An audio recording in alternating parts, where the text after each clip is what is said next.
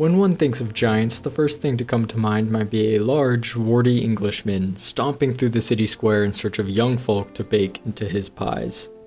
A more naturalistic take might place them analogous to elephants, browsing branches for ripe leaves and making the forest their home, something I myself did with the first of Slayer's giant, see here. But there is another way. A giant's body is large and heavy, and I believe that aquatic habitat could, like a whale, support their bodies in a way that grants them an ease of mobility that others would only envy. Ocean people are not a foreign concept by any means. The sea bishop of yore comes to mind. A strange beast, it was held by the King of Poland and shown to a group of Catholic bishops. It begged for release, which was granted. It then vanished into the sea. These stories invoke a sense of maritime mystery and intrigue to the ancient seas, something I aim to capture with my own projects. I have spoken many times about the great sea monsters of the world of the Dragonslayer Codex, and today we dip our toes into the shallows, with a reclusive and most intriguing creature, the Salt Giant. I'm Sawyerly, and welcome back to Titanstride, a 2B book focusing on the monstrous primates of the world and how they interact with both dragons and man. Let's begin. Cold waves embalm the stony shores of that solitary cove. Peering into the brine, I see something in the water. Not a rock, no, but a head and shoulders gazing back with the same blank intensity I had for it. Ice shot through my veins. Legs locked in fear, I watched as the head stayed a minute more before submerging fully into the black water. Note taken from the Dead Cliff Expedition Report Number 14. The paper crinkles as you move this note between perplexed fingers. The Dead Cliff Expeditions, a recent push by your wing runner bosses to scout out this new region, was manned near entirely by criminals and the poor. You yourself are paying your father's old debt, an offense involving sloth wine and many unhitched dragon stables.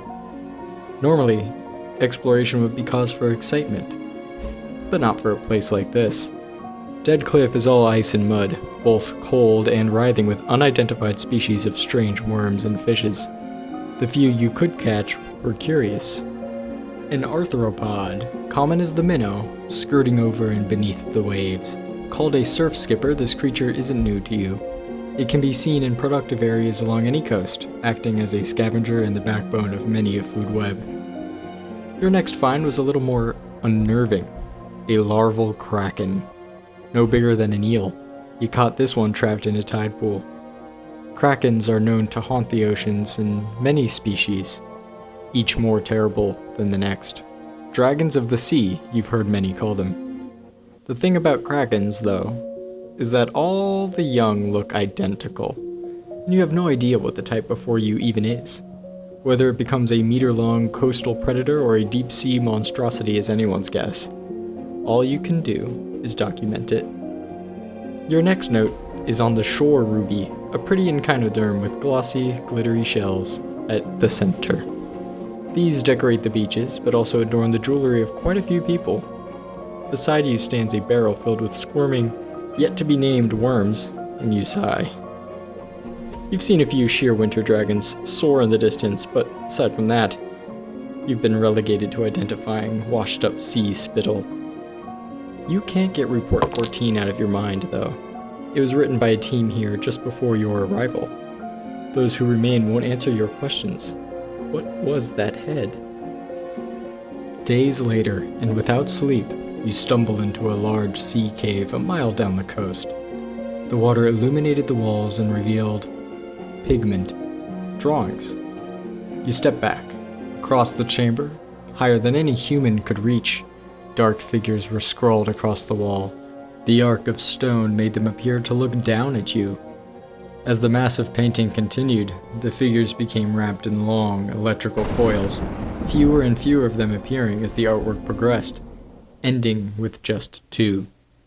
And below, a distance away, there lay a mound of stone. Stiff legs brought you to that pile, on top of which was a skull several times the size of your own. It had a large cranium, sharp fangs, and big eye sockets. You quickly sketch it down in your journal. scratching out the now unimportant sponge illustrations you had there prior. This was bigger than that. The rock mound had several other artifacts as well. A shell, a small sculpture, a tasseled thundermaw's horn, and a metallic slab, something that once had gears, now long taken by rust. These findings, surely, would pay off your debt and get you back home. A shuffling behind you jolts your attention. Far back in the cavern, a tall figure stood in shadow. Its feet, flipper-like, and not human, sink into the sand. Long, leathery legs, hairless and blue, hold an almost triangular torso. Arms capped by huge hands hang at its sides.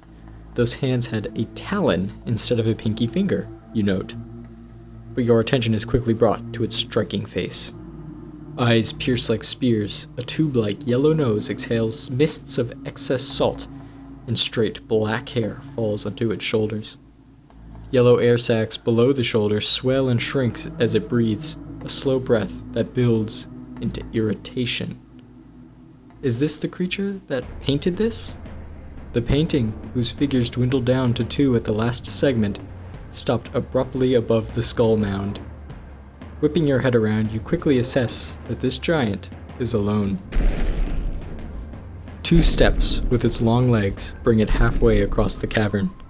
Its sculptural, calm expression twists into a horrifying display of curled lips as it unhinges its jaw to reveal a pair of pointed teeth. The artifacts you hold could pay off your debts several times over, but this giant wants anything but to part with them. Prisoners were not granted weapons, so you run. You needed these items. Strangely, though, the giant did not follow you outside. Back at camp, you burst into your supervisor's chambers, excitedly displaying your finds and demanding your release. The boss, an older wing runner man, slowly nods and stands, shaking your hand. Blood leaks from the corner of your mouth as you notice the dagger sunk into your gut. Release from duty. That night, the other prisoners could hear the giant chewing on bones just outside the protection of the camp. Those brave enough to peek would see a bag containing the stolen treasure, now returned by its side. The salt giant sinks into the sea once more. This is a species that harbors secrets within mystery, and one that several southern wingrunner groups have taken a keen interest in. This encounter, above, is a tale of conflicting desires, one to be free, the other to retain the remnants of what it had lost. Human hives typically prioritize their own, but in their efforts to get closer to the giant, wingrunner officials will do anything to ensure positive relations. As you might notice from the story, this giant is noticeably intelligent. Vaults from classified expeditions unearthed by Dragon Attack describe many instances of art making among the salt giant, and rumor has it that there exists larger ruins on islands farther out to sea. The salt giant is among the most human-looking of their kind, and among the most emotional. They feel deeply, and they yearn. Salt giants are most commonly encountered staring at human activity near the shoreline, or watching dragon slayers from afar. They may long for a sense of community now lost, fragmented across dark, rocky coasts and holding out within sea caves. Many of these paintings depict electrical serpents, which most scholars agree represent the tasseled thundermaw, a dragon that kills with a 30-meter range of electricity, shocking anything in the waters around it. They prey on the giant to devastating levels. Some suggest that the salt giant is in its twilight years of pre-extinction. Despite their human-like minds, the bodies share some startling differences. Their skin is deep blue-gray, their teeth needle-like and specialized for slippery prey.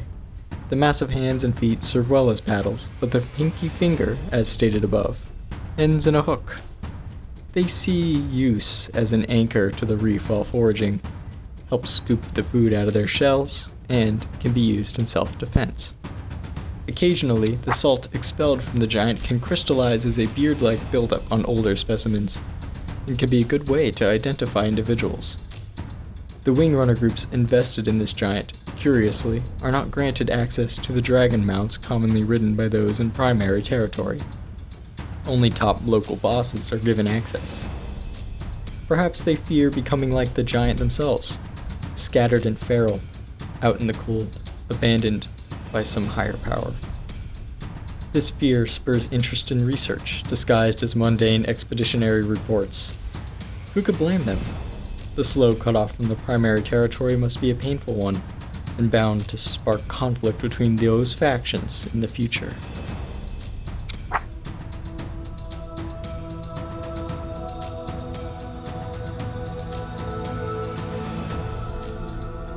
One might hope that a solid night's sleep would stave off the worst of wars. Sleep perhaps afforded by today's sponsor, MantaSleep. Previously, MantaSleep had sent me the pro version of their mask. I liked it so much, I agreed to collaborate with them once more. With one of their sleep masks, you can enjoy the luxury of adjustable straps, custom eye cups, and ergonomic design, and relax unlimited. Perfect for solid sleep or simply dreaming up new world-building ideas, as I tend to do. I urge you to visit MantaSleep using my code for 10% off your order. Thank you, MantaSleep. Now, back to the video. The Salt Giant is a tragic figure swooped up into a conspiracy with a pained but ambitious people. In this entry, I wanted to express a deeper sense of storytelling and introduce some of the real-time dynamics that these cultures have with the world, so I hope you enjoyed. Thank you to my patrons for making this possible. I cannot make these videos without your support. Thank you especially to my top patrons listed here. See you in the next video. Until next time.